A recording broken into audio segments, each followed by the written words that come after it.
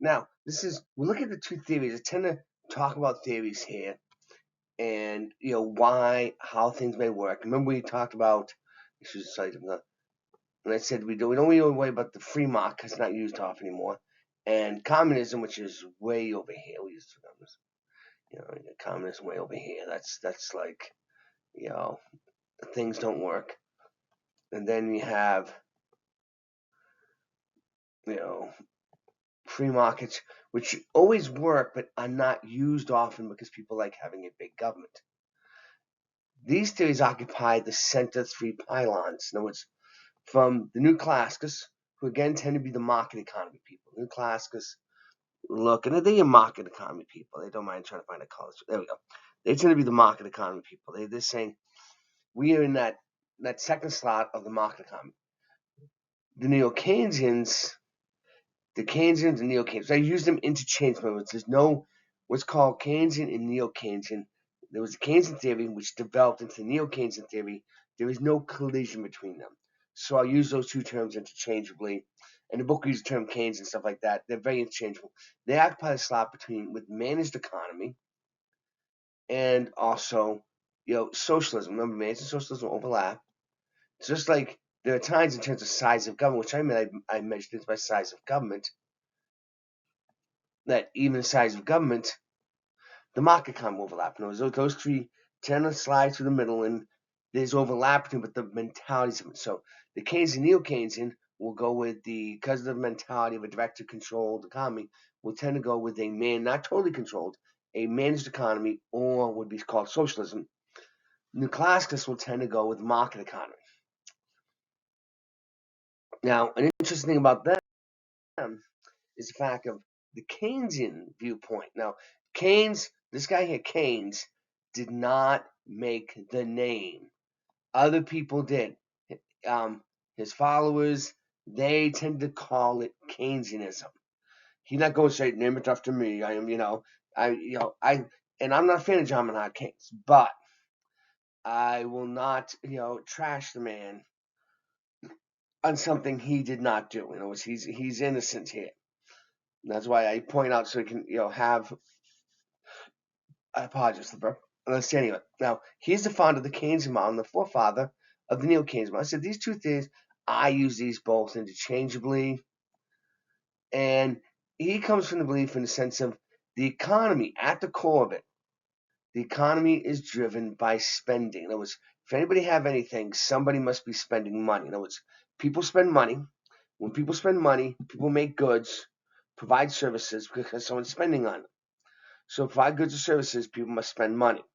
So he says that spending is the engine that drives the economy. So spending is there. And, he's going to point out, in a minute, that the macro is separate from the micro. That macro is just on micro jacked up, that they can be, in this point in the right, I have this quote here, markets can remain irrational longer than you can remain solvent. In other words, that micro actions can be very cognizant on the micro level, but their actions on the macro level, when you sum them up, can lead to failure.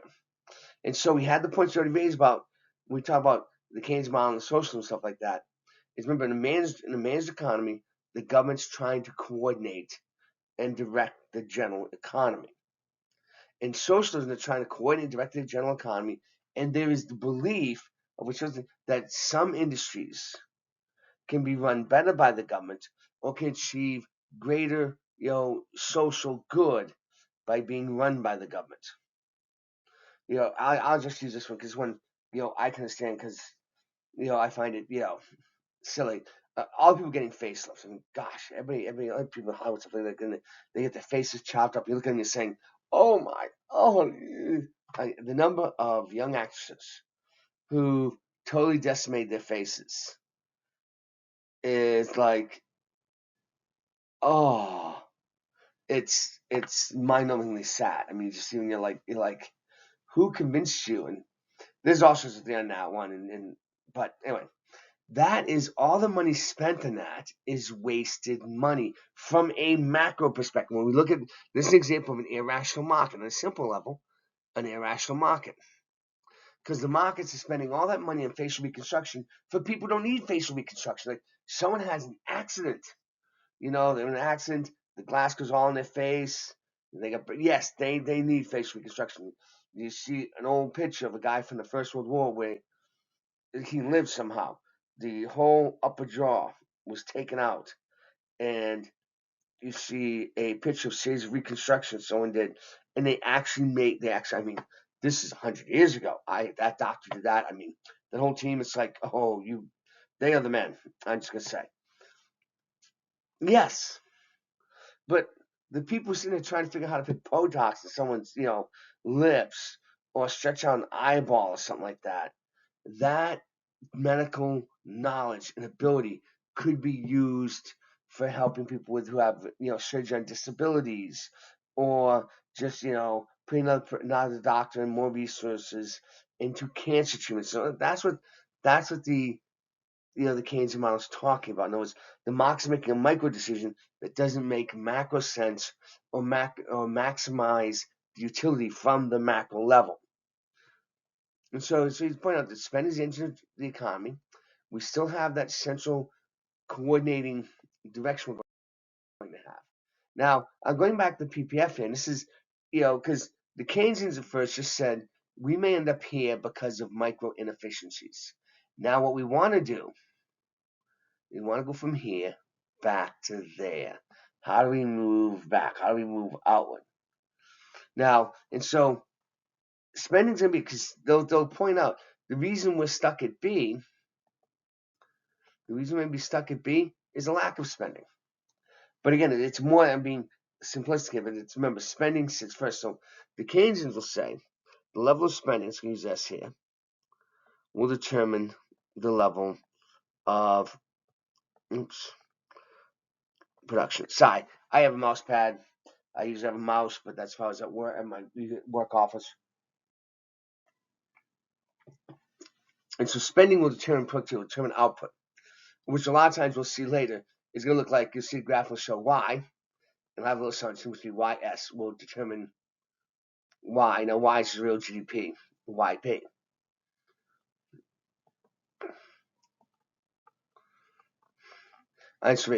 So we reduce, something happened to reduce us. And it was something happened in the economy to reduce us to B. And you can't say, okay, how we get there? Let's say the reason we reduced to B is because of mistakes on the micro level. In other words, they made perfect micro sense. Firms or individuals making the decisions on the micro level made decisions that make perfect sense on the micro level. When you take it to the macro level, I'm wondering, it's this little thing here. I'm like, when was that from? It's two different things. It's like the bottom line of the dash of the diagram and a book behind me that's just reflecting just right to distract me. Which actually is funny. It's showing over there. Well, it looks over there to me because that's the inverted image, but it's actually where my finger is showing to you because it'll be over there, and you know how it is. It's doing stuff like that in dyslexic is never a good thing.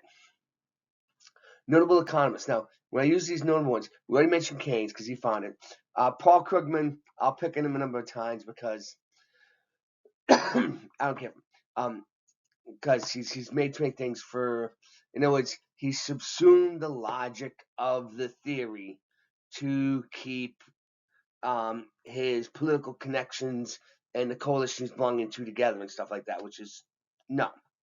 Whereas Lester Thoreau, who again is a strong Neo-Keynesian, and David Landis, who I have a number of his works and I find him brilliant, are both Neo-Keynesians, but they both bring the economic method and keep it, which is observation theory, more observation. Under certain conditions, everything may not work the same way. So that's why I tend to. And John had said, people, Dr. Keynes, people say, well, he made this or that right. Yes, but he did not know there was shortfalls in fairness. I mean, one of the first ones developing up a theory. Others will find mistakes. Now, they will say a lot of times that resources do not constrain the economy. The big thing here is not resource. I tend to like the outline. I'm not going to lie. Resources do not constrain the economy, but the lack of spending does. Well, spending is the engine that drives the economy. Now that leads. Let's go to microdisconnect, which is the thing I've been talking about. Now I've talked other things of microdisconnects, and the microdisconnect is the idea that optimal micro actions, doing what is right on the micro level, lead to macro failure. The things I've tried to do on the micro level to improve things on the micro level have led to macro failure. They are the things that cause it to fail. And let's do these. The paradox of thrift is actually an easy one. The paradox of thrift may be, you hear this a lot of times, and a number of Keynesians have said this about Japan, that an overemphasis on savings and wants to save money, they say, everybody go and save money, may have the opposite impact of what you want. So, for example, Japan has been big on saving. And so the Japanese save more. Well, if they're saving more, they have less money being spent. If they have less money being spent, Japanese industry, productivity, stuff like that, are producing fewer goods. Since they are producing fewer goods, their output is going down because why? Their spending is down. So if they're saving up, it means spending is down. If spending is down, firms, have fewer sales. Their sales are down because people are spending less. The sales are down. They lay off people. People lose jobs. People lose jobs. Well, they can't save anything. They have no money. Spending goes down more. Other firms have their sales go down. They eliminate people and buy people. So what you end up with is a spiraling downward in which the action of everyone saving ends up when you stabilize it, when you get a new balance. Let's see if it's using this color. No, it doesn't like the. Well, it does like perfectly blends. When you get a balance down here somewhere, right? You'll end up having less saving here than if you never tried to increase your savings in the first place.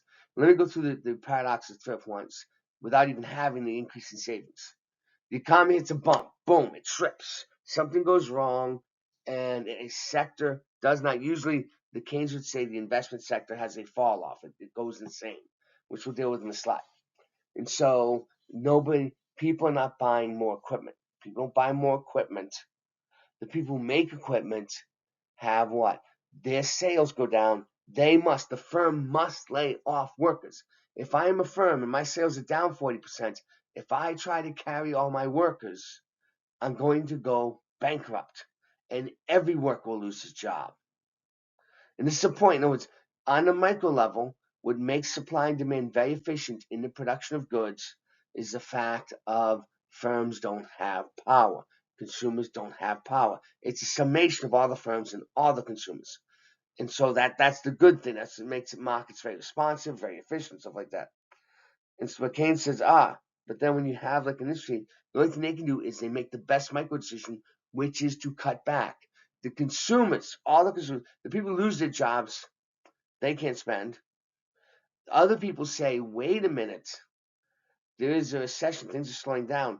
I must save more. And it was the point to say, I must save more in case what? In case I lose my job, because I want to build up a giant kitty. So if I lose my job, I have enough time to look and find a new job. And so when people feel uncertainty, they start saving more. But then people saving more, they're not spending. Other firms see their sales fall off. Their sales are falling off. They cut back, because if they don't cut back, they'll fail. So they see their sales fall off. They do what? They cut back and lay off workers. Those workers don't spend as much as they had because they lost their jobs.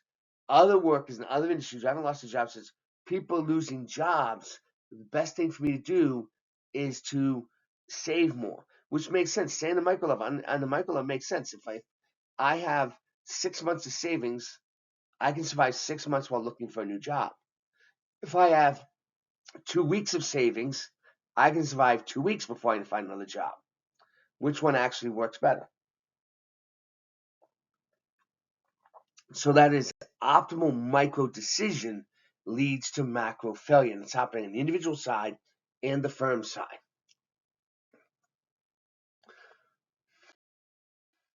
And then, as I mentioned on the previous slide, the tough thing about when you're recording this way to upload video is you can't go back and forth. And I admit I'm using a PowerPoint recorder in the simplest way to keep things from going boogie boogie.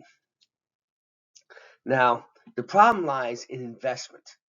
Keynes, now Neo-Keynesians will adjust a little bit, but they're still in the same vein, said investment was the big spending part of the economy, just consumption, which we'll see, and there'll be investment, which is what we're talking about here.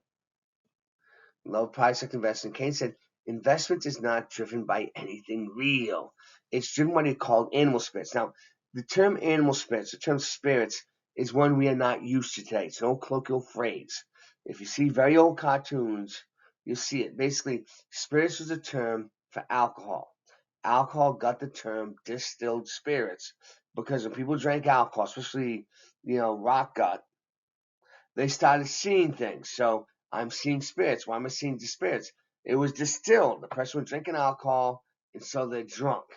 Now, people would never allow a drunk to do anything because they're drunk.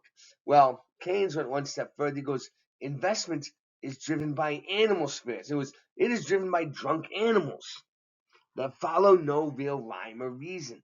And even when you get to the Neo-Keynesians, they say a lot of times animal spirits gets hooked on a very, what is the term? A very reactionary pattern. In other words, if other people are cutting back, you're going to cut back. You're following the animals. And so, a very either positive or negative, bullish or bearish somewhere. But for Keynes, was driven by animals. Things would be going great. And so Keynes will point out, use these two instances. So Keynes says, in 1929, in the United States, life was basically going fine. And then the stock market crashed. Why the stock market crashed? Nothing had really changed except the fact that they said it was over. And they started selling. Once people started selling, they all went into selling. And so the stock market just dropped and caused the Great Depression because the animals ran off the cliff. Why did the animals run off the cliff? Other animals were running off the cliff. And it's true with and this is the point Keynes said. One individual may not jump off the cliff because why? It's stupid. You can't get one horse or one buffalo or anything like that to go off the cliff. If you have a herd and the herd starts going off the cliff, the rest of the animals will actually follow the herd because they're all going off. It's like having 5 teenagers together. One person won't do something stupid, like slap the backside of a bull. You get 5 people to get together, and all of a sudden, someone's going to do something stupid, like slap the backside of a bull. Why? Because there's 5 of us together. And that's Keynes' whole point is they act. Investment does not function according to opportunities, returns, or anything. They, literally speaking, act like, drunk animals. 1987 is even a greater example of this. In 1987, the United States had a stock market crash, an immense one. Fall of 87, there was Friday was bad, Monday was heinous, and it even heinous. Like, imagine the stock market dropping 25% in a day. A day. Normally, this kind of stuff happened over months and stuff like that. Now, granted, we had got to the 80s, so we now had lots of electronic and instantaneous trading, whereas before, people had to have time to react. They had to put in physical orders. There were a lot of things you had to do to cause trading before. Now you can do it, very quickly. And just, pointing out. So in 87, you had that doom spiral of the negative spiraling down. So what just happened in the market was people sold, other people saw things falling, they sold, people saw things falling, they sold. Well, the funny thing is we don't get into it. People were dumping now. Some of these stocks don't seem solid now, but keep in mind that's 40 years ago. And some of these stocks then were very solid. People were dumping IBM. People were dumping Apple. Well, Apple's still solid. People were dumping, GE, they were dumping these stocks that always made money when regular. Because now nothing happened. In other words, I'm GE. I do power. I can only fail if I suffer brain cramp, which they did. But I should be reliable. What occurred with it is investment companies started selling stock because other investment companies were selling stock. And they had what were called MAD programs, which are back in a limited extent. Most investment companies had MAD programs. So there would be investment companies saying, wait a minute, this stock is incredibly low. It's down 15%. We should buy it. You have, your brokers buying it internally from my investment house. My computers would say, wait a minute, why do we have this stock? This stock has fallen this much in a day. Not where they since they bought, but in the day, we should sell the stock, and their computers started selling stock. In fact, computerized trading was restricted until a number of laws got repealed in the early teens and then the early 20s. You had restriction on computerized trading because computers were making decisions to trade. And they were dumping good stock, and they magnified. Now, keep in mind, nothing had changed the economy. It was in, the economy on Thursday, before that, and on Tuesday, 5 days of nothing. There was no alien invasion. There were no rockets, rocks falling from space, leveling cities. There were no giant plagues. Nothing had happened. The economy was just as good on Tuesday as it was on Thursday, but somehow the stock market got rid of 25% of its value. And so Keynes would say, see, this is showing it's run by animal spirits. A good example of it is when we had the Great Recession. Yes, the economy declined by about a good 5-8% or whatever it was over 2 years. Let's say 5%. Not even that much. But the stock market went to 1/4 of its level.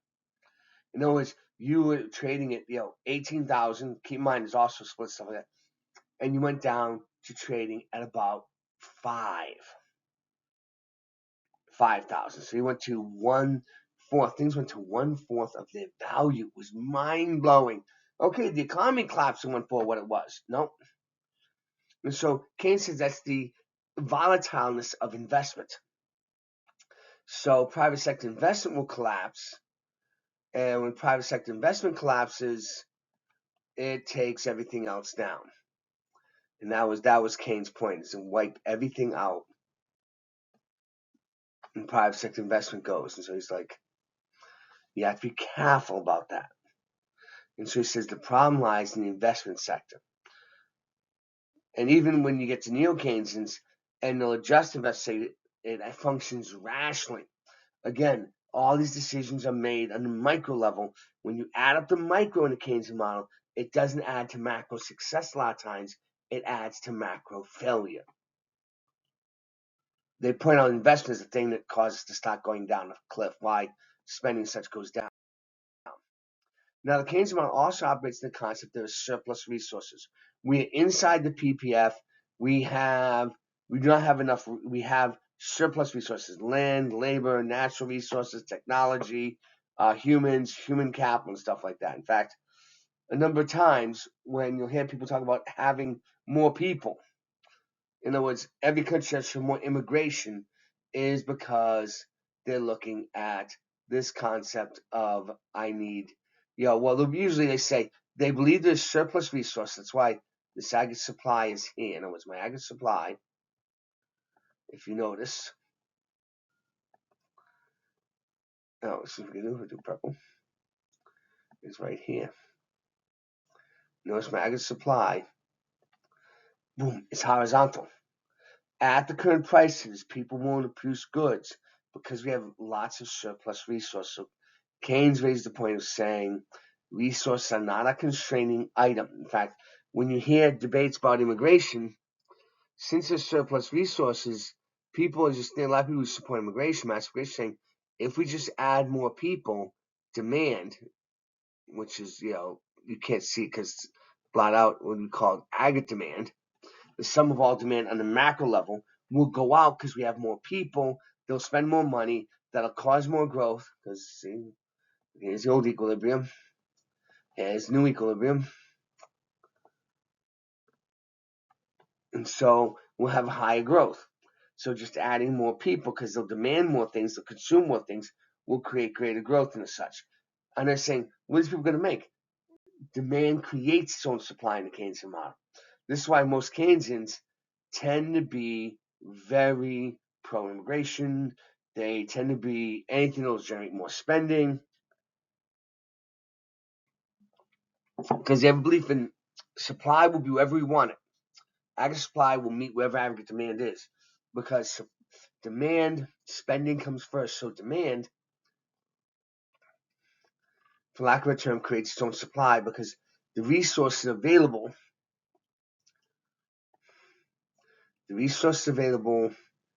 infinitely at the existing price level, whatever the price rise is. So in the Keynesian model, inflation is not a problem. Everybody's willing to work at current prices, current wages, particularly prices. And so they believe prices will not rise any faster. We have the potential, we just need to spend our way into successes.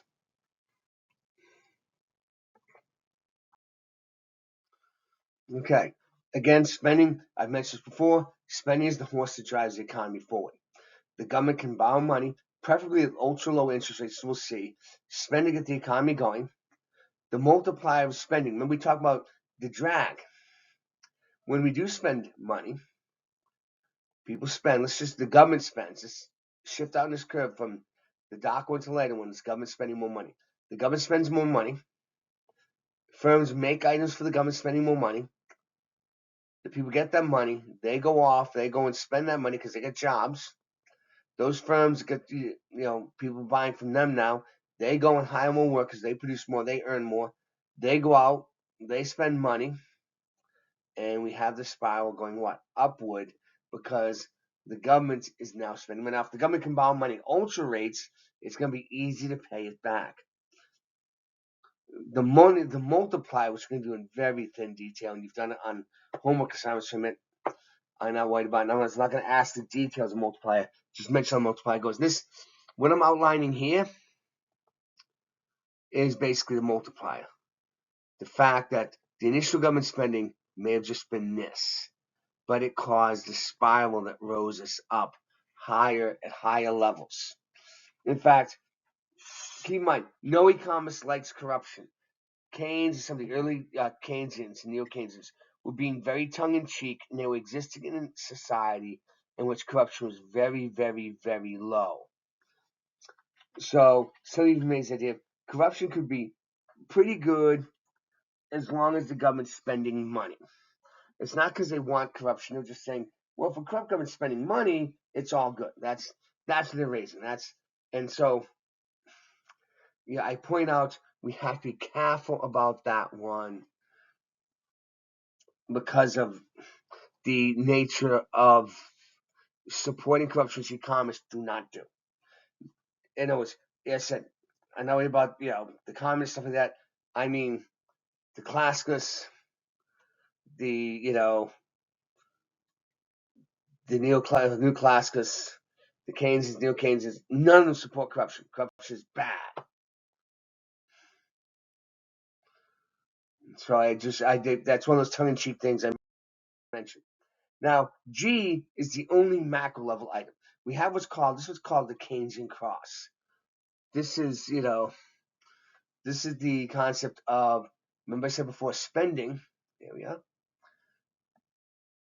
Spending, Y equals Y. Y of spending equals Y of production. Spending leads to production. Now, the spending curve or line is aggregate spending. This is basically aggregate demand put in another form to show the equilibrium. There's this one, the Keynesian cross, will show the equilibrium first. Aggregate spending is equal to consumption. That's micro level. It's people on the consumption spending money.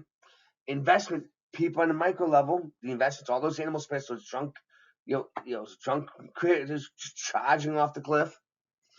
Minus plus government spending, which is a macro creature. In other words, let me, don't mind me. It's because I keep looking over my glasses to the bottom.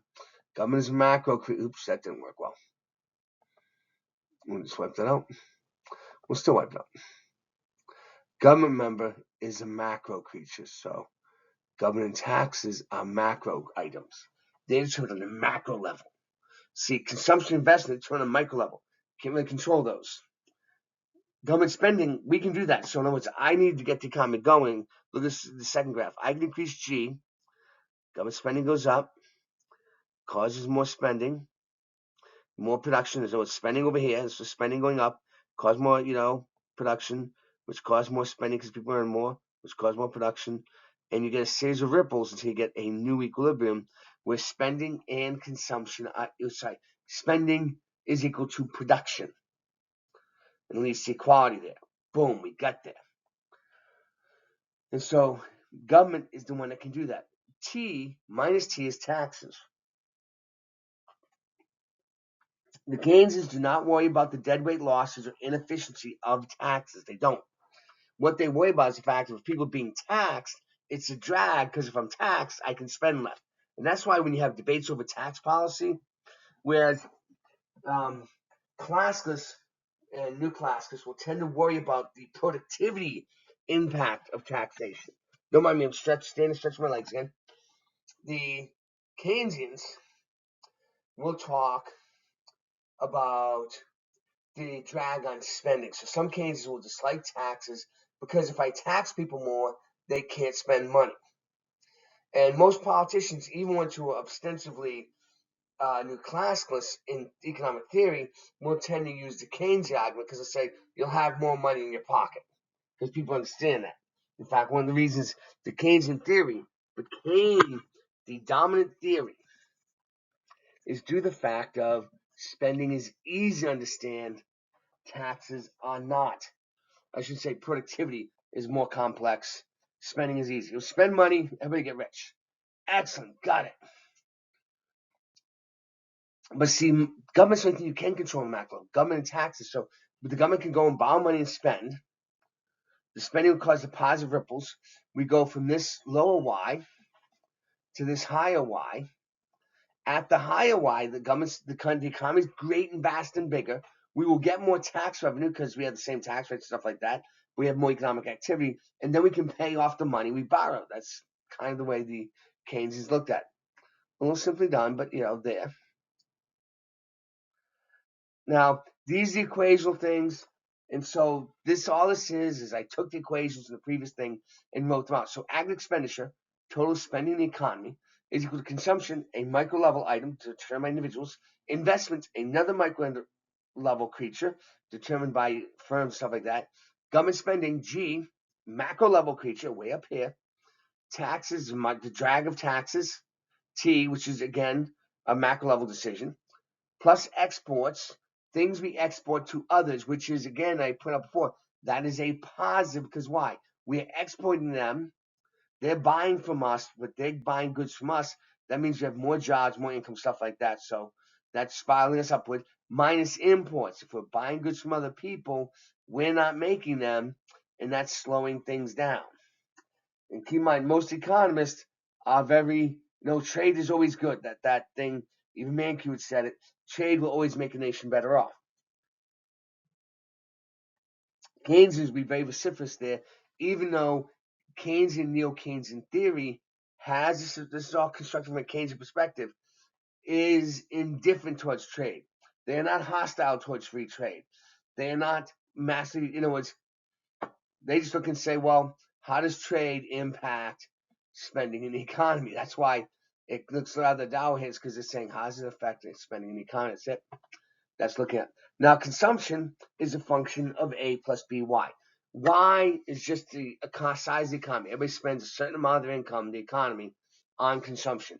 A is atomic consumption. Consumption we have to do. And so this is what is called, you've done your homeworks, that's what's called the multiplier. 1, actually let me shift to this.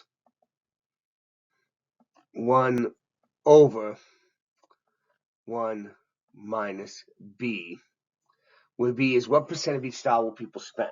Again, I'm doing this rather quickly because, so if we spend 80% of every dollar, the multiplier would be 1 over 0.2. 1 over 0.2 would be 5. So $1 of government spending could theoretically cause $5 of economic activity.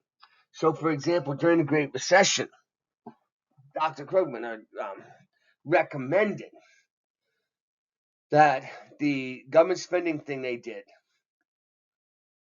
the government said, I'm gonna spend an extra $1 trillion. He goes, that's not enough. He goes, instead of $1 trillion, the government should have spent $2 trillion. He says, no, the government should have spent $2 trillion, not one. One was nowhere enough. We should have spent $2 trillion. That would have really gotten the economy going.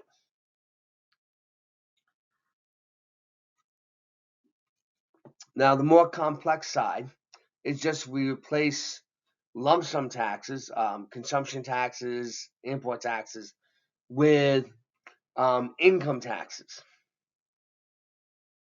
And so I'm not going to play with that in great detail because I'm not going to ask you that one in great detail. The philosophical point is what I'm going to tend to ask. But just we wanted to construct the multiplier show this impact. We spend 8 cents out of every dollar. It'd be 1 over 1 minus 0.8, 0.2, which means the multiplier would be 5. So that's all those, when we talk about the spirals going up, that's the multiplier. That's those spirals going up. So if the idea is, if the government spent an extra $1, the impact of the economy would be a multiple of 5, like $5. That's why a lot of people will talk about, spending up because they'll get all these ripples. Okay. Now, given we're in the PPF and there's no inflation, how do we solve the problem? Where do we get the money from? The government's going to spend all this money and make us rich and stuff like that. But where's the government going to get the money? Because we heard about things of debts and deficits we're going to get to before the end of the slides.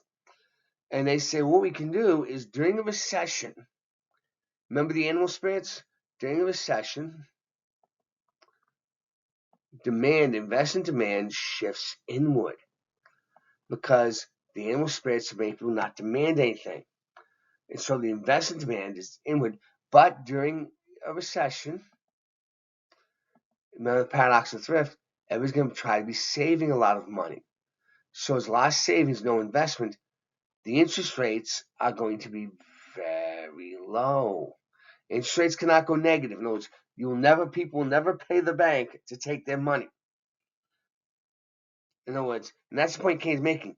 Theoretically, equilibrium between savings and investment should be here around a negative 15% interest rate. In other words, the idea that you would save $1 million, put it in a vault, and next year the bank would give you $850,000. No one's going to do that. The bank interest rate may not go lower than the mattress rate. The mattress rate is what rate of investment return could I get by stuffing in my mattress. Now that's 0, but that tells you the bank cannot go below 0. But the Keynes say, actually, this is actually pretty good. See, all this money in that yellow outline, that thick yellow bar, that's unspent money. All of it's being saved, the green line. No one's spending it. The government can step in and borrow that money. Could step in and just borrow the money. And there you go. We'll pay it back later. We're buying at very low interest rates. So yes, you have to pay the money back plus interest, but the interest will be low.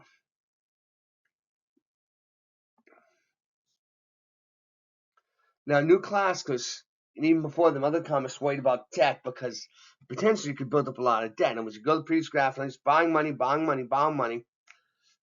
and they're like, what about the long run? Because countries have crashed from debt. In other words, it's not something new we're discovering here. The old Spanish Empire, I said, it's because I'm old. I'm a person who walks around classrooms, and if I sit too much, my legs will get stiff. So it's why if you're wondering why I'm bouncing up a number of times, it's because I can feel my legs getting stiff. But they'd say we were bowing. So a lot of countries over time have collapsed from debt. The Spanish Empire, debt killed it, literally speaking. The Italian city-states before them, debt killed them. Even the Dutch expanse was partially done by government debt. France had a revolution because they had debt up to their eyeballs. I didn't mean up to their eyeballs and stuff like that.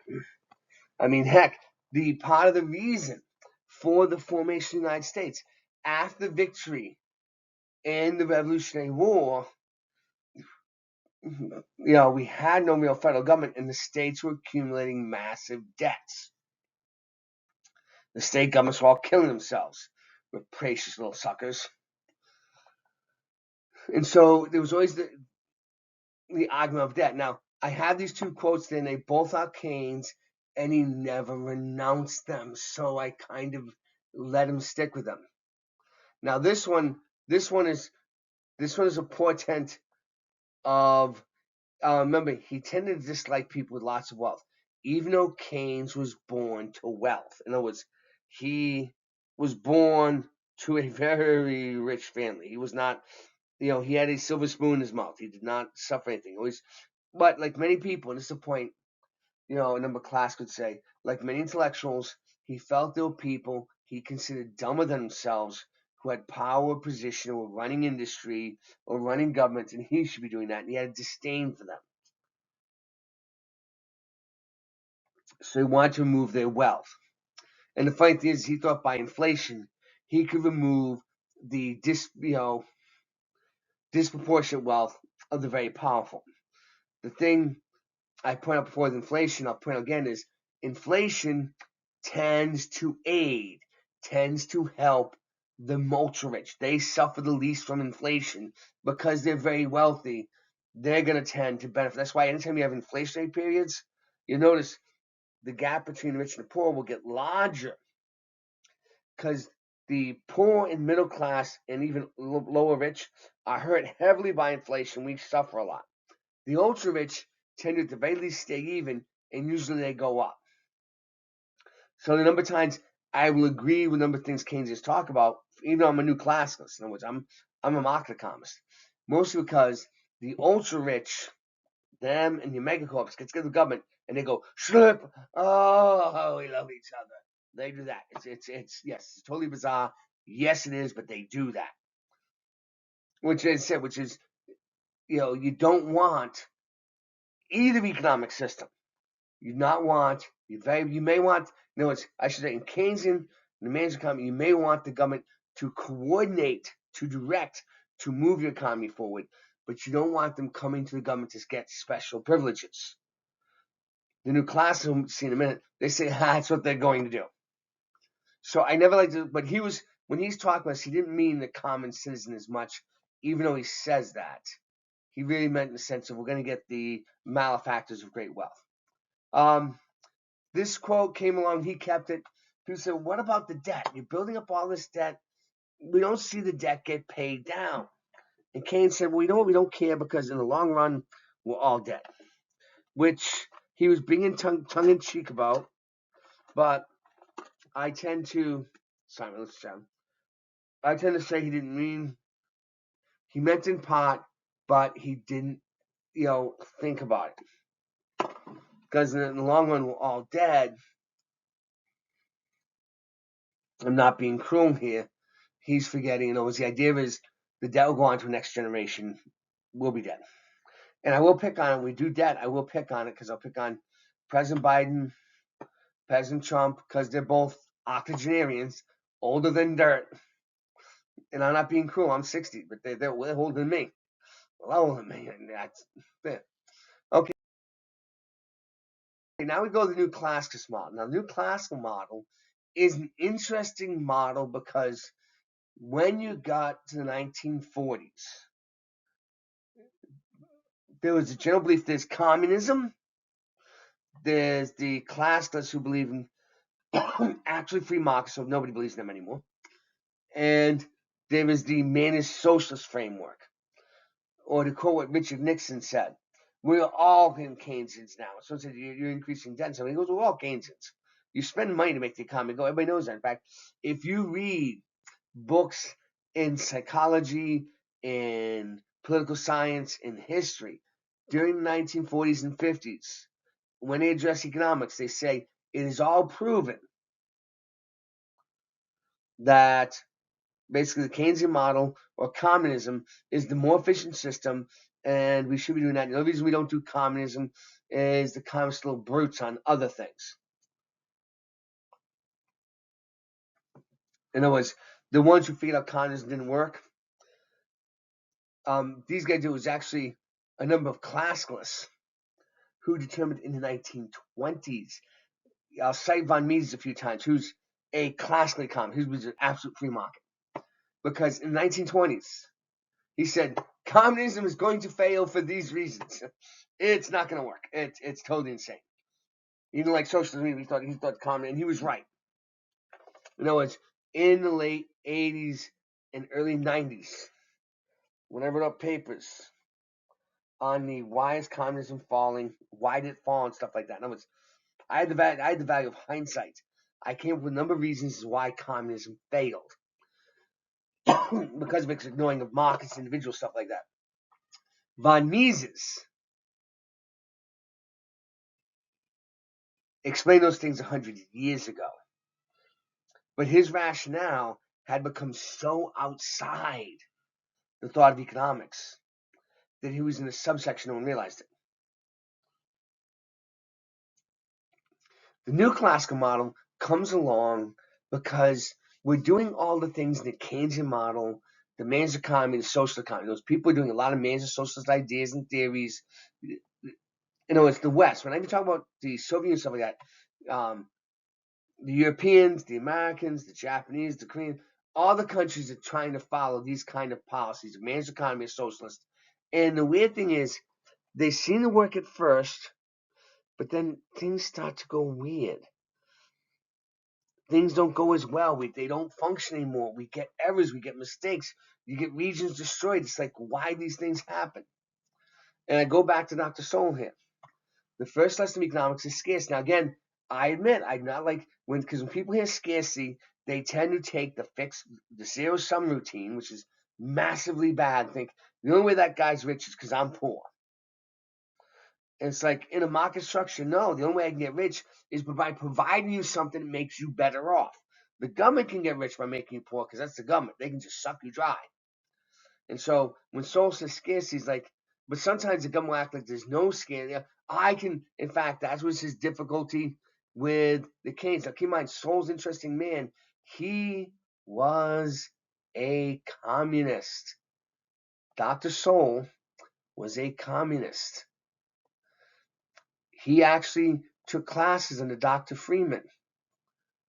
We love Dr. Freeman. He was a communist, but he wasn't one of the ones. A lot of times you have you have ideological communists who are like zealots. They'll kill all the opposition and stuff like that. We don't mean that. He was a communist in the sense of he believed it worked more effectively. It'll help the poor better, stuff like that. And even though he went to get his PhD in economics, even though he had Milton Friedman and a few other really brilliant people teach him, he stayed a communist. Now he became not a communist. After he graduated, he got his PhD, he went and worked for the government. And he discovered the government agencies were not concerned with making the population better off. They were concerned with buttering their bread. See, he never thought people would do that, and he found out that's what they do. In other words, he realized the impact of lack of high utility, the lack of high utility, and he shifted from being a communist to being a free marketeer. So the new classical model develops in the fact of we engage in a lot of policies and they don't work. And so would say one of the reasons that is because the first lesson of politics is do whatever we want is to disregard the first lesson of economics.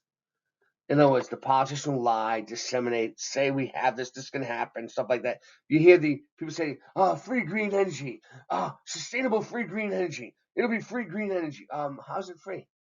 Heck, you got the mayor of New York, Mondani. I mean, he's the gift that gives. And this guy's like, we will have free buses. In fact, a thing that happened in New York was he says we no longer arrest people for jumping turn aisles because we're oppressing the poor. Now, so you're running subways and buses, particularly the subways. The buses, you get the bus driver, they might say, pay the tab. Why not pay it? Then get off the bus. You know what I mean? An immediate gatekeeper. But the subways, over half people who are going on subways will jump it. And when you see somebody jump it and not get in trouble in front of you, when they do it in front of police who are told not to bother you, then other people jump them too. So over half the people going on the subways, they are not paying the fares. Okay, now running the subways or paying the subways, stuff like that costs money. Well, if half the people are not paying the fares, where's the money coming from? And so, Medina, that's a constraint. That's a scarcity. Medina just said it'll come. In fact, actually, they put a tax on commuting, saying, "Oh, see, this will make the system sustainable." Well, when you tax commuting, every micro, I go on this quite a bit and I attack it ruthlessly because it hurts. In other words, I don't like a driving tax. I hate that because people say, "Well, it's not." No, I hate it.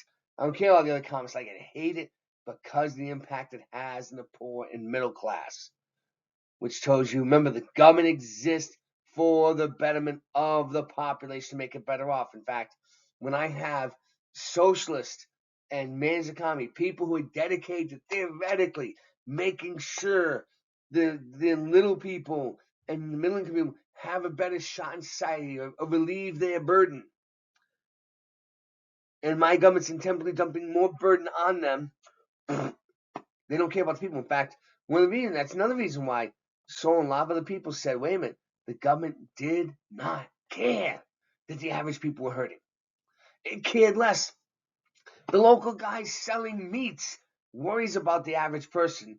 Even though he's a capitalist and he's there trying to sell meats, he worries about his customers because what does my customer want? Because if I'm not making my customer better off, I'm not what? I'm not getting the sale. So I can make my customer better off. They're concerned about it. The government will discount the customer. Sorry, it's because I see my picture. It's all inverted. And it's like I said, do you answer with that? That's cool. And I get another quote from Freeman, because again, so the government's intervening and it's not working right. And Freeman points out the greatest advantages, whether in architect, painting, science, literature, industry, have never come from government. The government cannot think its way out of a wet paper bag. The more you try to get a government agency to theoretically solve something, the worse it's going to get. Or they'd raise the point of, if the government's an answer, it's a stupid question.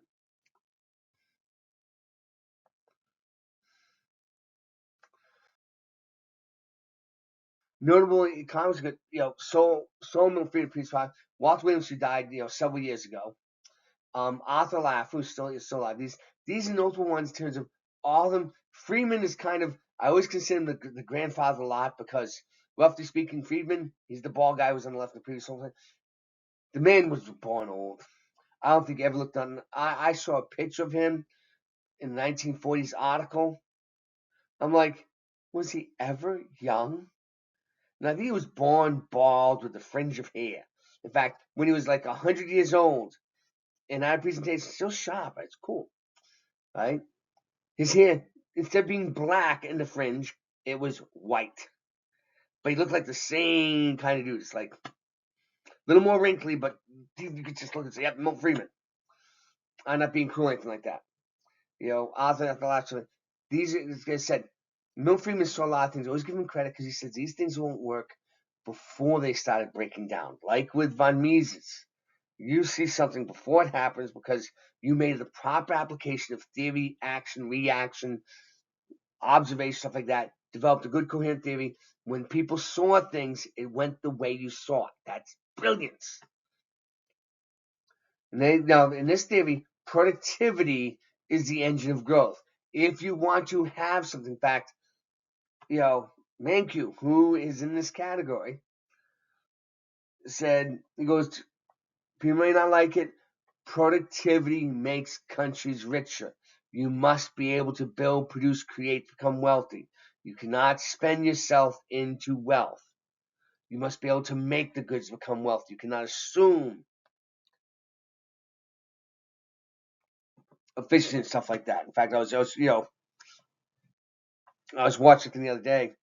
This person is like, yeah, the Soviets are trying to close the gap, and they're investing 3 times as much as the Americans were, and the Westerners.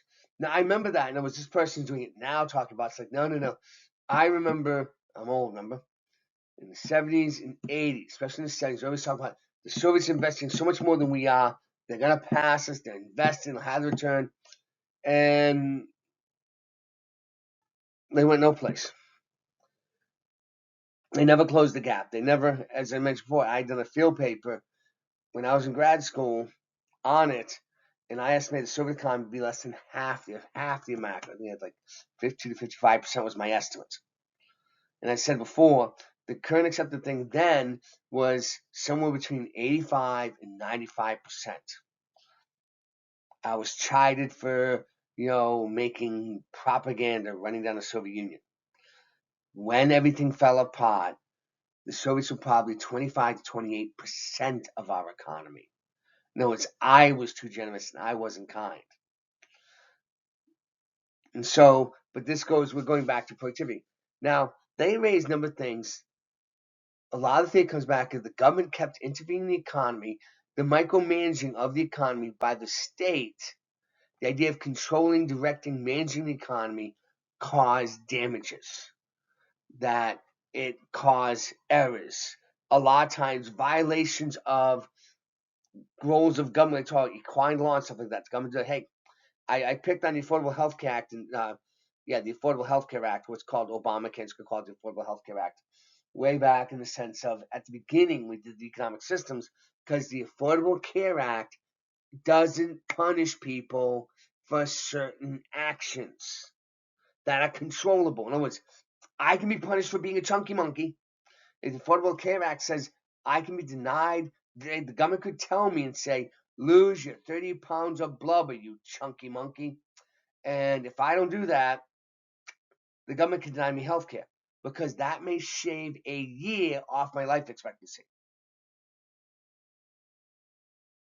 Okay. Well, did the government ban promiscuity? Because that's totally preventable. If people are promiscuous, all that money you're spending on healthcare in terms of infertility treatments declines to just those people who need it because they have physical difficulties because of the fact of they're infertile because of physical problems. We have to deal with these, 10 to 20 times more number of people who it's because they were doing things that shouldn't have been done. You want to reduce AIDS? Boom, ban sodomy. In fact, banning sodomy reduces so many medical problems. We'll get rid of all sorts of medical problems. And I'm doing this as a Christian. I'm being a technocrat. No. That people want, okay. But then, if I'm not banning, what about this chunk? Why am the chunky people getting picked on? Because our life expectancy is reduced by a year. But the people who are engaging in unusual behavior, their life expectancy is reduced by 3 to 4 decades. Why don't you stop in them? Oh no, they're a special class. We destroyed equality under the law because we made exemptions. It's like transgenderism. If people realize they're not of the other gender, when you have people who've been transgender and realize, oh yeah, I was silly, I'm not the other gender, you know what happens? The suicide rate goes from being, think of suicide from being about 50%, boom, back down to the average of about 2%. Right? In other words, there's a giant. Oh, hold on, I got an invading. Hold on. Go that way, princess. Mommy? Sorry, I'm recording people. Sorry, my youngest daughter. She's the one I told you about. She's disabled, and she's watching, wanting attention, just being cutesy or whatever. And so you get the rampaging free radical. Of course, this is not radical. That'd be depressing. She's adorable though, but she's got strong will. But anyway, back to this. So I have lost my total train of thought, and I apologize. But these interventions going back down, and again, I'm not doing it. Why? Because I have violated equality law. I have destroyed it. And once people know the government will play favorites, they seek government giving them favorite status. In excess of, remember, we're trying to make the economy better. We're trying to make people better. If it doesn't work, we shouldn't be promoting transgenderism because why? One, all those surgeries that people want to have for that, it's very expensive. Two, if people realize they shouldn't be that way and they go back to not being that way, all the negative things that we're suffering during that decline back to normal. Why would we encourage them to do something that it costs a lot of money, costs a lot of resources, doesn't make them better off, and then forcing their will on everybody else to make themselves better off, which doesn't make those people happy? Why don't we just say, hey, one, you're getting no special treatment, don't worry about it, and you probably should be that way. In fact, in a managed or social economy, I would tell them they should just be realize they're male and female and call it a day. Well, people don't like that, but when I do that, I destroy the equality law. That is a failure of state intervention. That is a failure of command economy, or I should say socialism managed economy, because the intervention is not working well. It is causing things to get more expensive, cause things to break down, and that is bad. Be like, well, I want to re-engineer society. That's a different question, but we're going to deal with that one too, because that bad enough. Because remember, messing with utility is very dangerous. It's breaking society is very easy. Putting it back together. In fact, these guys want to say you can break. And there's always belief in the Keynesian model. You can go back to the save file. If something didn't work, we'll go back to status quo and do it over again. Go back to save file. These guys bring up the idea of no. You can break the system. In other words, once you break it, you can't put it back together. Life is Iron Man. Okay, now they raise, which is used in, they raised this first, and this is actually now used in all economic theories, is adjusting and adapting expectations. Adjusting expectations before something happens. Before they have done something, people just, so for example, Virginia established a very stringent gun law. I mean, really stringent. Which is funny because the person who's governor of Virginia, when she was running for governor, says, people say I'm going to go after their guns. I am not going after their guns. I am never going after their guns. That is a lie. You're going to be able to keep your firearms. They're just silly radicals and stuff like that. I'm picking on her because she lied. That's why I'm picking on the current governor of Virginia. It's not that, she came in saying going to go after the guns. I can say, hey, yes, you're going to get it. But she lied. Why'd she lie? Because she wanted to get elected. That's a failure of utility, a failure of high principle, because they'll lie. In other words, they want to do these policies. They're going to tell you they're going to do these policies because you may not like these policies. That is unethical. That is a lie. So adjusting is before. So before that happened, a lot of people were, buying their ammos or starting to buy guns from other place, stuff like that. They're trying to figure out how to hide their firearms. After she passed the thing with more gun control, more restrictions, now even more people are trying to figure out how to adjust to it. In fact, a number of gun stores and stuff like that are moving out of Virginia now and crossing the border, particularly those near the border, to go to West Virginia or North Carolina, or if you're in deep Western Virginia, they're going to Kentucky and Tennessee. They cross the border because of the fact that that's reaction. That's we're adapting after. And if they do this, they're doing this. I have to adjust. Now, New Classical say all these things the government does, these failures, these interventions, they're going to hit on the micro level, and then they're going to project back up to the macro level. So again, this is a theory developed in the sense of things failed, things didn't work. Okay, now, the thing they believe in, markets are very efficient. Supply and demand, we call market supply, are very efficient.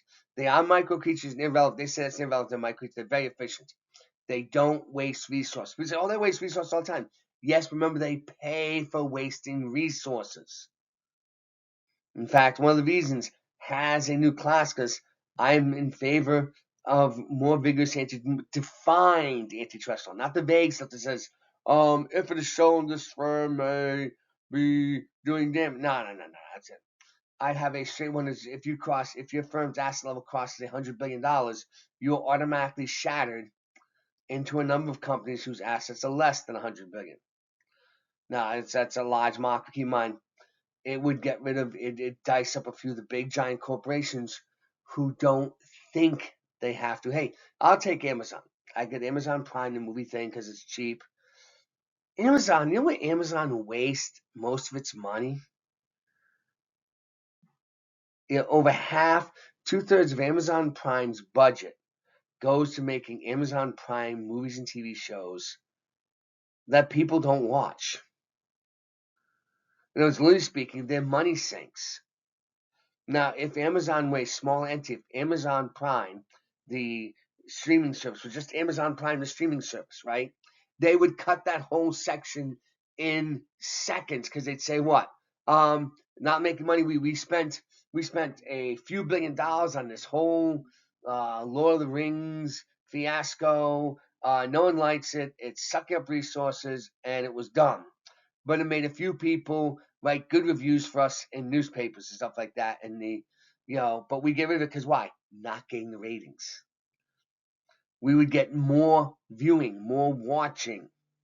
If we'd used, in fact, we could have done with that money. We could have given people lower rates, we got us more subscribers, and we could have doubled the number of ancient movies that we have. And the sum total of people watching those ancient movies, which could have gotten cheaper, would have been greater than what people were getting from watching all of our programs. I'm not being cruel. I'm pointing out. But they pay for it more. So I'm pro antitrust. Government, though, does not pay. And government officials, they point out government officials, and keep in mind, we're talking from their perspective. A lot of them like tagging the other side of the theory. They don't like people's choices. In fact, they say that's one of the reasons you got more and more massive inefficiency, is the government didn't like the choices that people were making.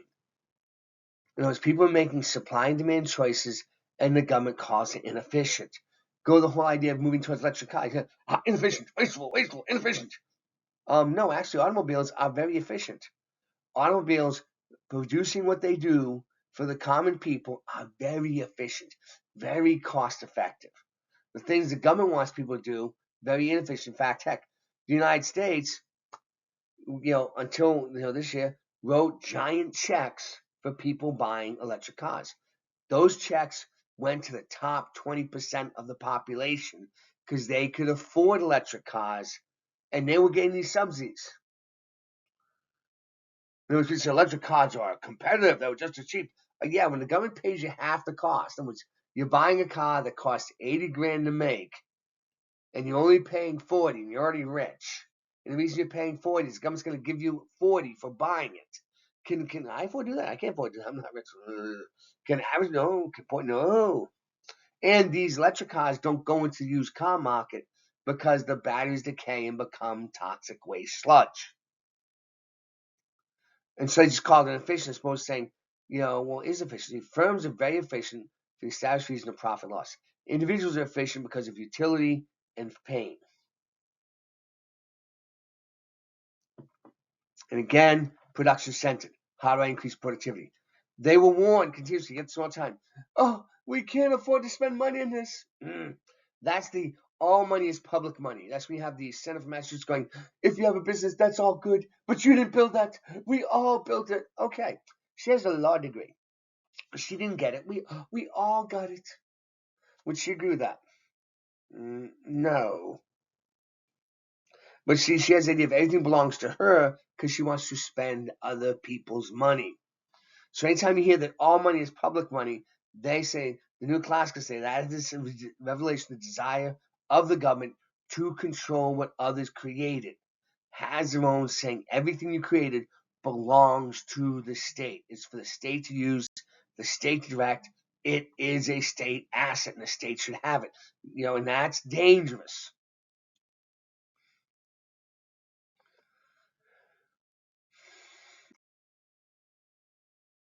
There are no save files in reality. Life is an Iron Man mode.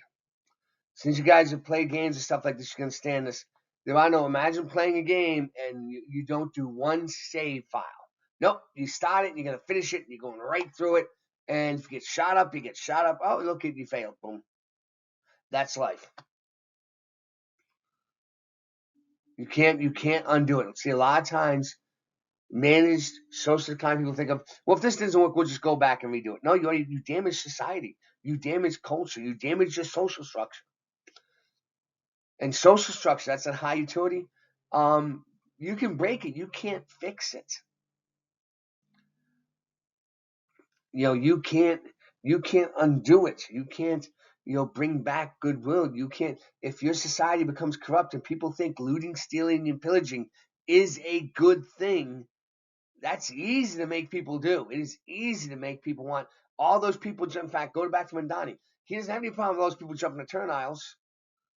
Okay, half the revenue of the subway is lost by people jumping turn aisles. He goes, well, I want to make it free for them anyway. Okay, where are you going to get the money to pay for subways to exist? We should tax cars more. Because he doesn't like people driving cars. I like people driving. They shouldn't be. Now, Mandani has a chauffeur-driven limousine. He's mayor of New York. Oh, not for him, for the peasants, the little people. And keep in mind, I picked him because he's a nepo baby. He has never once worried, even infinitesimally, about having food on the table or being rich. He talks about it all the time. He doesn't actually ever face the grim thing of, does productivity exist? I'll just will it because I want it to be that way. Very bad normative. But go back to turn aisle jumping. That's a destruction of social structure.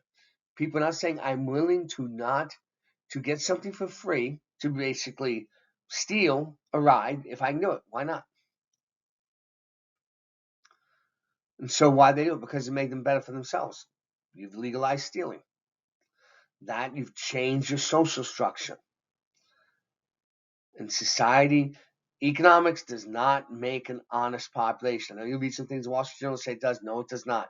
Economics, any type, functions best in an honest population with a great degree of high utility. But economics can intentionally destroy high utility.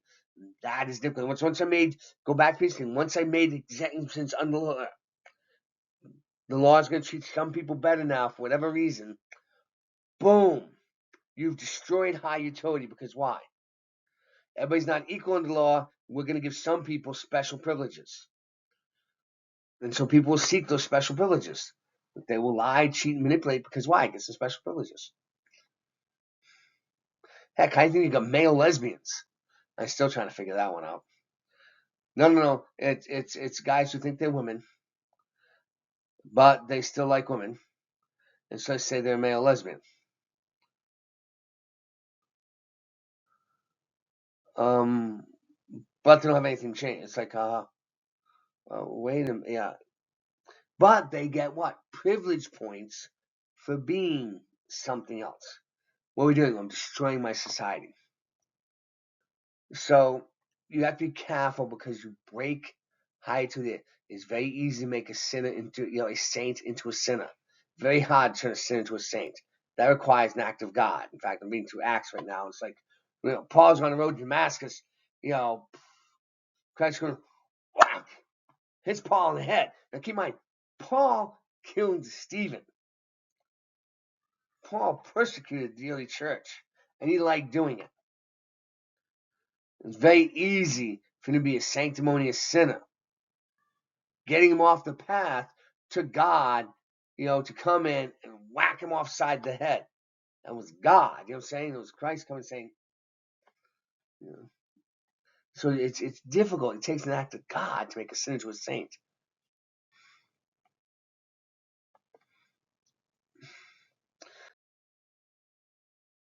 The government is inherently inefficient.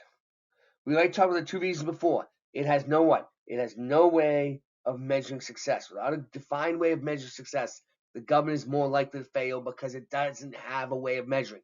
Add in, now the government will lie, which we talked about with GDP and inflation. They will now lie about numbers as opposed to telling the truth because lying works better for them. I'm now legitimizing lying and scamming in the economy.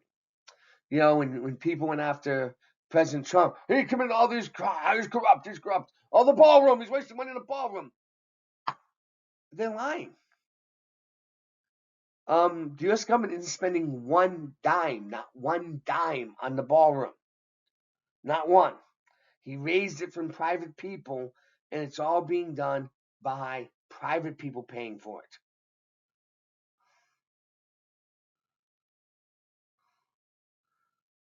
Give an idea. When Jackie Kennedy, the Kennedys came to the White House, she complained immediately about the White House being this drafty old building that was fine for frumpy, Mimi Eisenhower, the person who dressed like an upper middle class person, but she's a young, hip, with it woman. It's a modern era. She spent in 1960s money, which in today, again, she spent a few $100 million redoing the White House. She didn't use private funds or her own money or anything like that. She had the public pay for it. See, someone else is paying, so it's all good. So the government's objective is often great. It wants to make things better. We can't measure it, and when someone else pays, it gets worse. President Reagan, I quote a few times because it's some great quotes, fantastic speaker and stuff like that. Keep in mind, no one decided, no one except for Christ has been on earth has been perfect. That's why salvation exists. But Reagan basically goes, no government ever voluntarily reduces itself in size. Government programs, once launched, never disappear. Actually, government bureau is the nearest thing to eternal life we will ever see on this earth. And he's right. He goes, if you try to limit a government program, it's too big, people get hurt. If you try to give it small, it's so small, it doesn't matter. Why are you being so cruel? In fact, let's take one that's had no impact at all. Since the United States established the Department of Education in the late 1970s, our education scores K through 12 had dropped. In other words, they've went down. Okay, we should say that didn't work. We're spending all this money on it. Let's just blow the thing up. No, why do you want to kill the children? Why are you slaying and crushing children? It doesn't work. But see, it goes, but the people benefiting from it, they say it works because why? It's making them richer. And so they say that's the problem.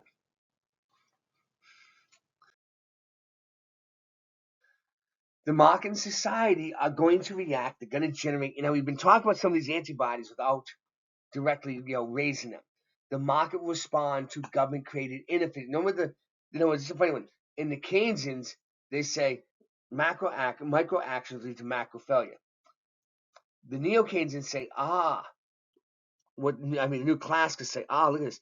The government will create macro policies. They're going to evoke micro reactions to macro policies, and that's going to make macro failure. In other words, the failure is not from the micro level, the failure is from the macro level because the government intervened, created deadweight losses, created inefficiencies, created unfair treatment of the law. And when I use the term unfair treatment of the law, I'm using it from the Christian perspective. Everyone is treated equally for the same action. Equality of the law as individuals, not equality of results. That's a different creature. Equality of the law. Now, remember, there's neither Greek nor Jew, slave nor free. Stunningly, keep in mind, people don't think about how mind-blowing that is. That is something that changed the world because if God says we are equal under the law, if God makes no distinction, who are men to make distinctions? Okay, now government markets will respond to government-created inefficiencies, actions as efficiently as possible. And so when the government gets big in the economy, the market will generate a number of antibodies. We have more accountants. We probably should have a lot more lawyers. We should have. Let's deal with accountants and lawyers because those are semi-defensive. Accountants, basically, the government's going to tax you and take your money. Everybody says we should raise taxes. Well, let's just say you're earning $1 billion a year. All right, we're going to make you Warren Buffett, and the government's going to take 90%. Now, you find you could pay an accountant $2 million a year. Now, you get a team of accountants that costs $2 million a year, and they will reduce your effective tax burden from 90% to 40%. So instead of paying $900 billion, thank you, you're going to pay, $900 million, you're going to pay $400 million. Would you do that? Yep. Then you're going to get lawyers and stuff like that. Now, accountants cost money. Who can afford it? That's $2 million. Only the very rich can do that. But that's what I'm doing. I'm shifting the playing field. Lawyers, the markets will spend more. In other words, resources will be diverted to inefficient outcomes because of the fact of, on the micro level, it makes sense for me to protect my money. People get lawyers more. Because why? Lawyers decide decisions now. Keep in mind, we're in a society that doesn't. How much legal resources have been spent because we don't know what a male and female is? How in the world is, and I'm picking on Justice Brown because she said she doesn't know what a woman is. Okay, how can I deal? In fact, a case went up before the Supreme Court in which she chided the majority for not letting transgender women into women's showers and being so close-minded. Basically means not letting men into women's showers. That's messed up. How can she enforce Title IX anywhere? Because she doesn't know what a woman is. By her own definition, she doesn't know what a woman is. How is she going to enforce Title IX? Now you can have problems with Title IX. I do have some problems with it, but how can? Heck, I can go to a class and just say you don't have enough females, really? These 15 guys, they're now claiming they're women. So I have no discrimination because why? I have as many women as I need because I can just claim these men and women. All I need is lawyers. We did government, the Ninth Circuit having two contradictory rulings. One, they had their bias, they don't like religious people, but two, the use of lawyers. More lawyers because why? Market's not deciding what gets goodies. Lawyers decide, so people get more lawyers, both to seek special privilege from the government, to play the courts, which is part of the government and such. Lobbyists. Those are people who lobby the government for special privileges. Those who have me in micro know I picked on Warren Buffett. I go back to Warren Buffett because he's a creature of special treatment. He's a very intelligent man. But one of the reasons he is a multi-billionaire is because from the time he was your age, because his father was a congressman, he walked the corridors of Congress. He kissed up and went to people's backside and got special privileges. His firm, Berkshire Hathaway, has the most exemptions of any firm and the most special treatments, or say bigger value special treatments. He is actually exempt from certain SEC laws. They don't touch him. He's a person in California. If you spend a day in California, California will seek to tax you. In fact, California's tax rates are so high that when poor Sam Donald won the Super Bowl, he actually lost money because if he'd lost the Super Bowl, California would have been taxing him less. Now, he doesn't live in California, but they played in California, and they were going after him. Because why? Well, there's a foreigner making money in California. We're going to have some of that. In fact, if I were players and teams in the NFL, keep in mind, because they made a claim, not just bonus he was getting for the Super Bowl, they taxed that as a windfall. And so he was hit with a heavy penalty so high that it would have been better for him financially to have lost the Super Bowl. Okay, so what are you going to do? The NFL may seek lobbyists to get what? Special treatment. And then you have special interests. People want to do something, and so instead of going to try to convince the public to do it through the market structure, because they don't like the market structure, they go directly to the government. We talk about price controls. A lot of people went to the government and said, you should make apartments cheap. Well, New York City, a city whose population has not changed in 100 years, has the highest rents in the country. Phoenix, Arizona, a city who since the 1940, went from being a city of like 40,000 people to a city of 2 million. Adjusting for inflation, its rents are lower today than they were back in 1940. New York City rents are higher than when, why? New York City has a very regulated, price controlled, restricted housing market, even when they got rid of rent control for a teeny bit. They have massive controls on what you can do and what you cannot do and how you can do things. So no one builds what? No one builds apartments. And so, but then special interests say I should have it for free. So rise of special interests. People want to get something from the government and be treated specially. Get special privileges. So these things cause bad macro results. So it's a negative influence. It's a spiral the other way. They say the government creates policies, say it will work. It causes bad micro reactions, inefficiencies, waste, deadweight loss, the whole 9 yards. It takes a while for that. People have to adapt and learn how it all works because it's in their interest. You say, well, people shouldn't do that. Irrelevancy.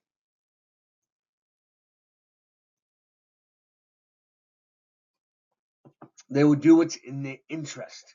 And by making them do things that are immoral or questionable, you destroy equine law. Because we get used to making it. Well, how did it happen? The government created the pressure for it. The government created the concept of pressuring for it.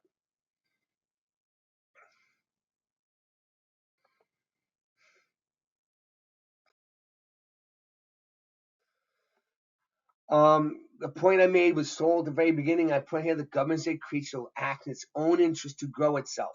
That the government may, especially as we get more amoral, immoral, the government may engage in amoral and immoral acts. The government may intentionally fail because that will cause the government to grow.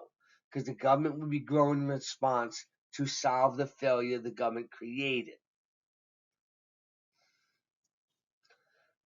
And that is an impact. And so the government will aid itself and aid its friends. In fact, if we get a chance, we talk about income taxes.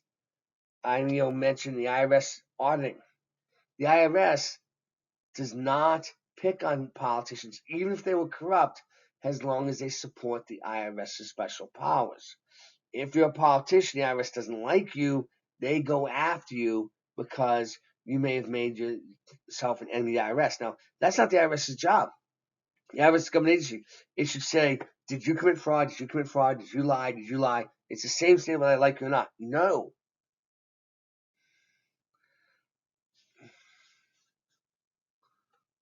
And so, they're warning about the idea of good government. That the government will grow to aid itself and its friends, even if things are all inefficient, because the fact of it aids itself.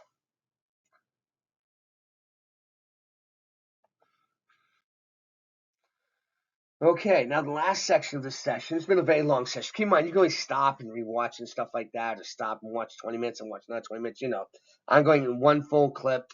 Once my computer won't say it's true for I'm not being, and I apologize. It's one of those things where, roughly speaking, but what happens when the government borrows, money? Is this the government deficit? Remember, the Keynes said deficits are great.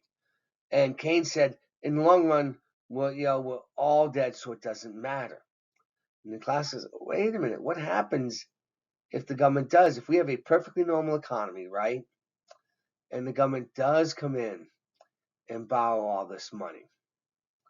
The government does step in and say, I need to borrow this cash. So the government steps in. We got blue there. It says I need to borrow this money because I'm borrowing $1.5 trillion. The government just needs that money. We've been buying, 2 trillion here, 2 trillion there, stuff like that. The government did it regularly. We've got 38 odd trillion. I get the number then, it's outdated, but updating it for an extra trillion every few months gets a little boring and ridiculous. But the government goes and borrows, an extra $1 trillion. So what happens? If we look at it, and I'm going to use the shading. Well, here's what the government's buying. This is what's being saved. This is what everybody wants to borrow. Then more people want to borrow than saving. So what happens? The interest rates are pushed up. But as the interest rates are pushed up, look at this. I'm going to go back to here. We get this line up here. We get a higher interest rate. But more importantly, the level of private sector investment goes down. Now, in fairness, not in fairness, in the Keynesian model, they say, well, investment is matched, all driven by animal spirits, just spending. For the new classicalists, investment goes in technology, capital, resources, and even human capital. If I have lower levels of investment, I'm going to have lower of those things. If lower of those things, I'm going to have lower growth rate. And the classicalists are really big in this. I should say new classicalists are really big in this. So do the classicalists, because these things feed productivity. Productivity creates growth. Productivity determines level of income. In other words, productivity determines the edge of that frontier. Efficiency determines whether or not it holds. And so the market, and that's how it's stretching again, the market is going to be efficient about doing it. The government will just claim efficiency even when they don't have it. And that is a waste, a destructive impulse. Now, the deficit, which I'm, again, I have a few different years, and I apologize because I update one and stuff like that. And I say this year, but, deficit is how much the government borrows. So if we go back to the previous thing, the government in 2024 borrowed $2.1 trillion in 1 year. It borrowed about 8% of the economy in 1 year. In fact, I'm going to rag on the government here for double standards. A former chairman of the Fed, Alan Volcker, when the United States back in the 80s was borrowing 3% of the economy in a year, he said, it's dangerous, the world will end, Reagan should be destroyed, stuff like that. He was like that. When we were borrowing 12% of the economy, a few times in the teens, he said, we need to, the world will end out. And it's like, okay. What that told me, because it wasn't debt, because debt was higher in 2013 and now as a percentage of GDP than it was in 1980, in 1980s. And we're increasing our debt as much, so Volcker had two different standards. He liked the government that was in 2010s, and he disliked Reagan. And again, it took years. I always thought it was that way. It took years for us to figure it out. Don't mind me, I'm trying to get the rampant hair that's... I should throw it off. Yeah, you should see the middle of my head. You've seen it a few times. Because lean forward. Hair vacates. It's it's age. What flows me anyway. But that's how much we borrow every year. Now, debt. Remember, Keynes said in the long run, debt. Like, no, we owe $38.7 trillion as of February of this year. $38.7 trillion. That's a lot. That's larger than our economy. In terms of the government got there. Why did they get there? The government likes spending money. The government likes to give free stuff to people. People like having free stuff. People like doing exactly what Keynes said in the New Classical. It's a problem. People like doing what Keynes said. They want to put the burden on future generations. Biden and Trump don't have to worry about this. One, they're both millionaires. Trump, at least, because he inherited and made himself wealthy and had a lot. I mean, he was already rich and made himself richer. And Biden, because he lived off the government, while being a government worker, he made himself fantastically wealthy as a government worker. Well, okay, as an elected, senator. To give you an idea, in Biden's history, there's almost no year in his life in which his expenses were less than what he earned as a senator. So somehow he always kept getting more and more money, even though he was spending more than he was earning. How'd that happen? And I'm trying to be harsh and just point out the reality of it. So, Jeff said how much the money buying. So even, we've buying $2 trillion a year for the last several years each year. We owe 38.7 trillion. Now there's interest payments on what is owed in the debt. These are interest payments, and these have been getting huge. In fact, the United States during this time period in the 2022, especially leading up to 2024, we could have theoretically locked on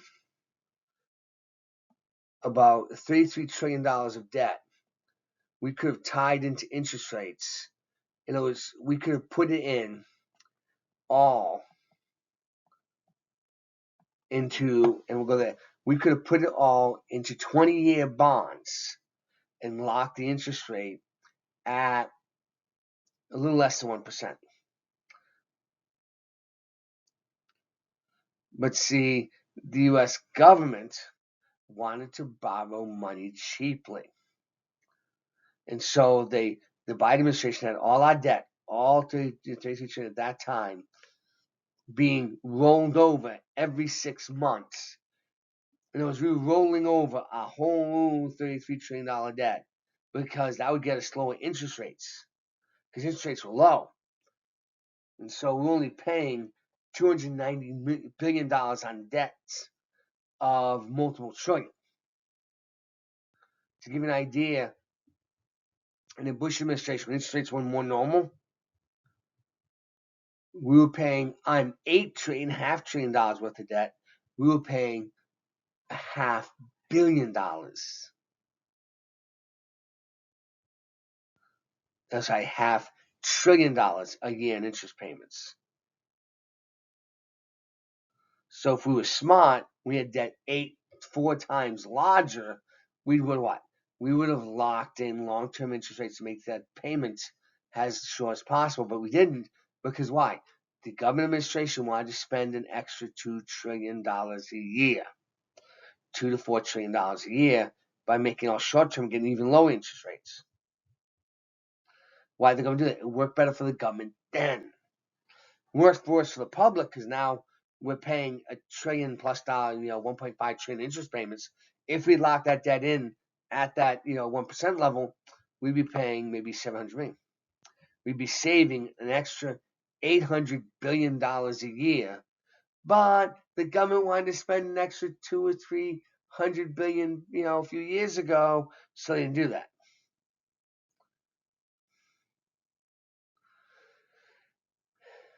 And you could say, well, I thought the rates were going to get lower. When your rates are under 1%, they're not going lower. Okay, now a lot of Neo-Keynesians say we don't have to worry about the debts and deficits because they would tend to say, yes, in the economic cycle, we will run a deficit. In other words, the economy is going to slow down and be going bad. I'm going to have to lean forward and show you my bald spot. Oh, I wanted to do that. The economy is going to be doing bad. They're going to borrow money while the economy is slow. Use it to spend. Because remember, they say spending leads to it. And then when the economy is booming and growing faster, we can cut the government spending back and we pay off what? We pay off all the money we borrowed during the time of deficit, during the time of the slow economy.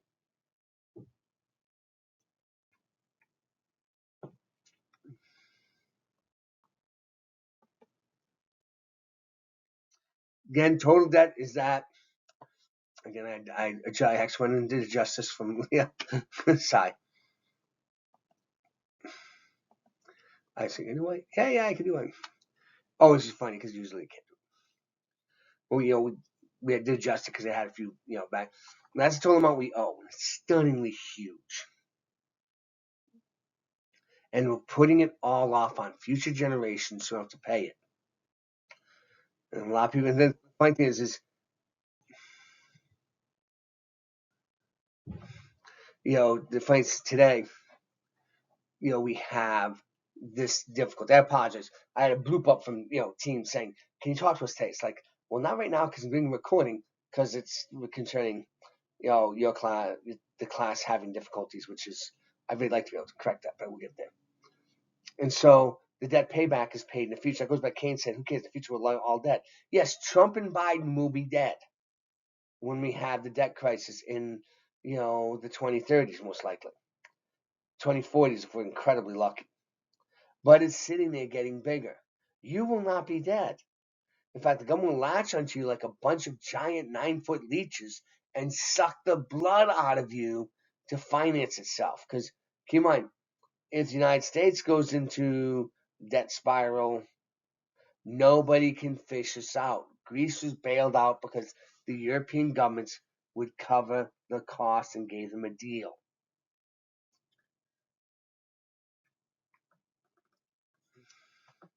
Remember, you have to pay back the money you borrow in the future, plus interest. And when you have high interest rates, it means in a higher tax in the future, more deadweight losses, a slower growing economy. The Keynesians believe you don't have to worry about that because they're just stuck in the spending thing. The New Classical say, no, all those deadweight losses you're creating on a micro level, they're leading to more macro failure. See, the Keynesians, the managed economy, socialists ignored the impact of all these deadweight losses. These guys say, no, you're gonna know what those impacts are gonna be. That's the growth of U.S. debt, and if we look at it, as shown, does not include the debt held by the government or the Fed. Because that national debt diagram didn't show the government and Fed. This one actually added in a bit. Not all of them do. The one to the right's not. And it's not just the United States. So this is the 2020 projections. So it's going through U.S. debt 25. We've got roughly $3 trillion we borrowed, and that's just the deficit.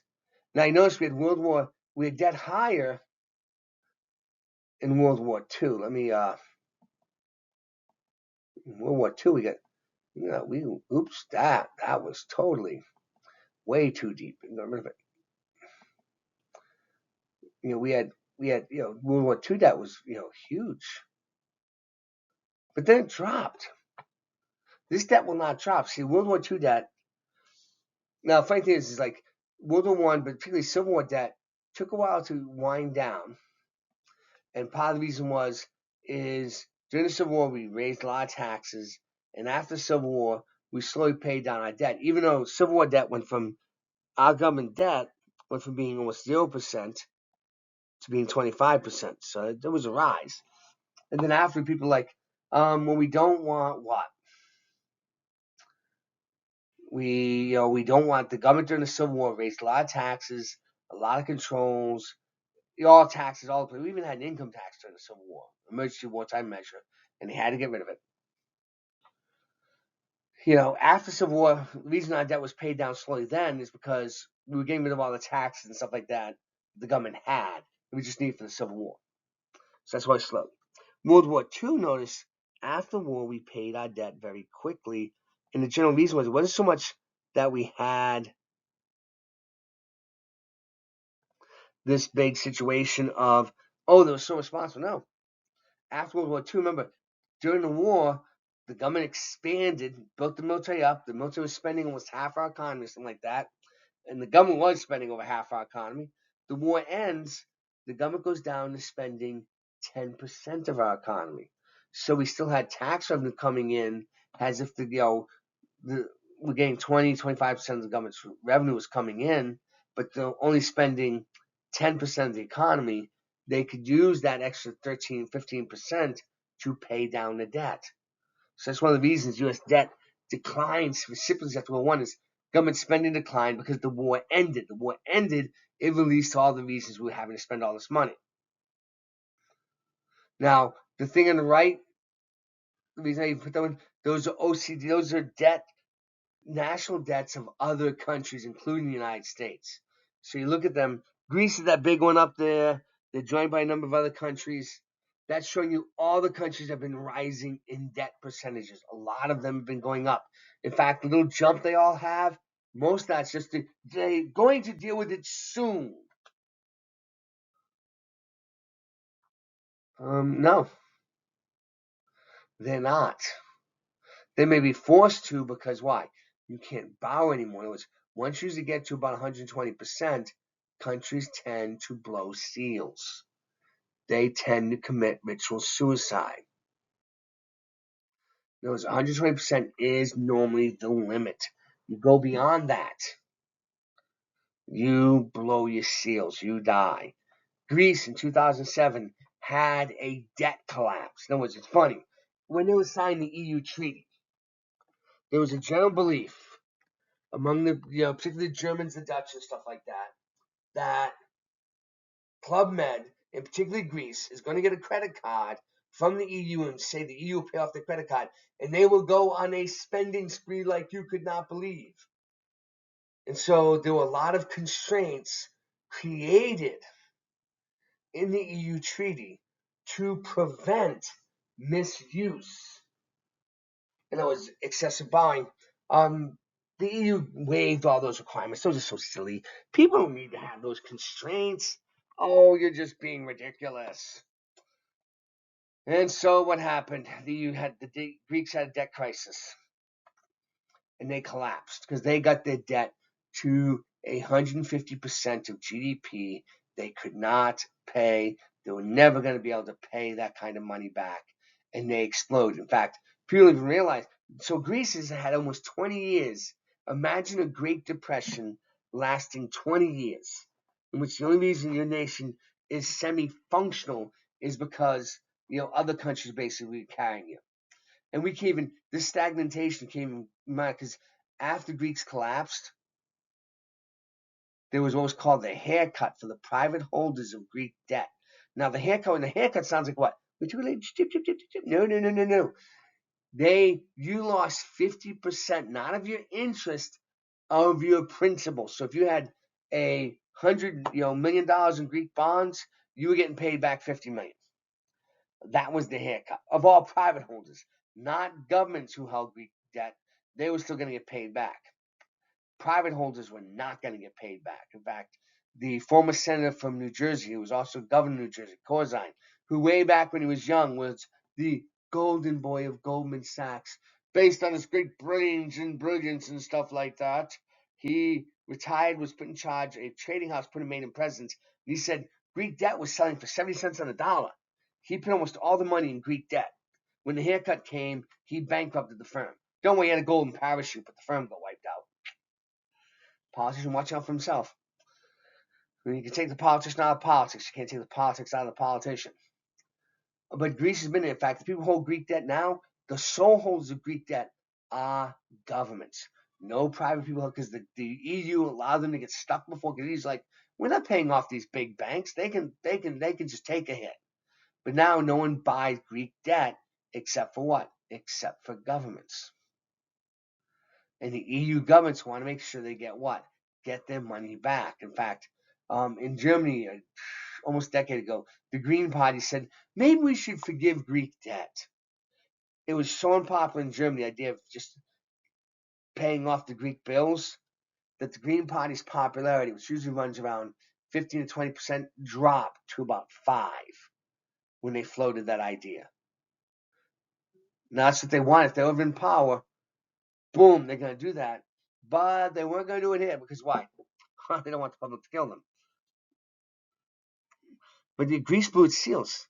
They've been sitting at 170 to 200%. The only reason they've been carrying that debt is because the EU is basically buying their bonds and keeping their rates cheap, relatively speaking. And the Greeks like, why don't you just, write off our debt and let's get another credit card. Again, we already mentioned it doesn't always explode because First World War debt didn't explode. Second World War debt didn't explode. Now, for many countries, the Second World War, their debts were just written off. No, it's the European countries who borrowed from us. We went to our private sector firms, and the U.S. government paid off all their debt. And it was the U.S. government made a lot of things whole, so we paid for it, the American public. A lot of times it's only who holds the debt, foreign and domestic. Now, the United States did win the First World War, because the First World War, there was a giant allied asset sell-off, which people were selling off their stock in American companies. It was during August of 1914. I'm going to reach for potato chips.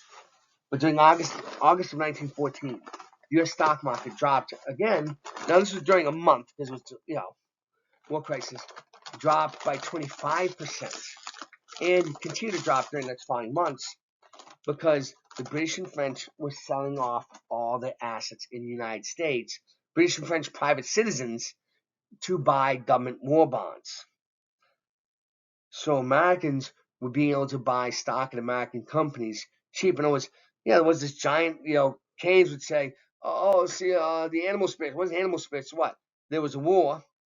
And so these other people were being loyal to their country, and people were making the assets available for the country to fight. They didn't get their money back, but Americans benefited from that. Again, when a war ends, you can pay off. Now, there's an exception to this rule. Japan. Japan is an unusual exception. Japan hit 120% of GDP in debt back in the late 1990s. It was in 99, 2000. Japan hit 120% of GDP. They went from 30% of GDP to 120% in a decade. Boom! Normally, you would have blown out the seals of your economy. They've been at 230% for over a decade and a half. In fact, the Japanese central bank several years ago was holding, about 30% of the Japanese debt. They forgave it. They said, we're the central bank of Japan. We're holding 30%. We got 30% of GDP, the 230, and it was 30 of the 230 is held by the central bank. We're going to forgive it and say, you don't have to pay us back this money.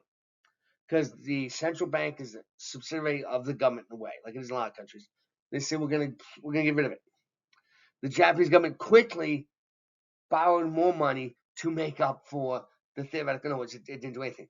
Now, why is that possible? Every other time someone has hit that 120 mark a little bit more, seals started going out everywhere and breaking. Well, the Japanese are very exceptional. They have a savings rate. Let's change to that. Their savings rate is close to 20%.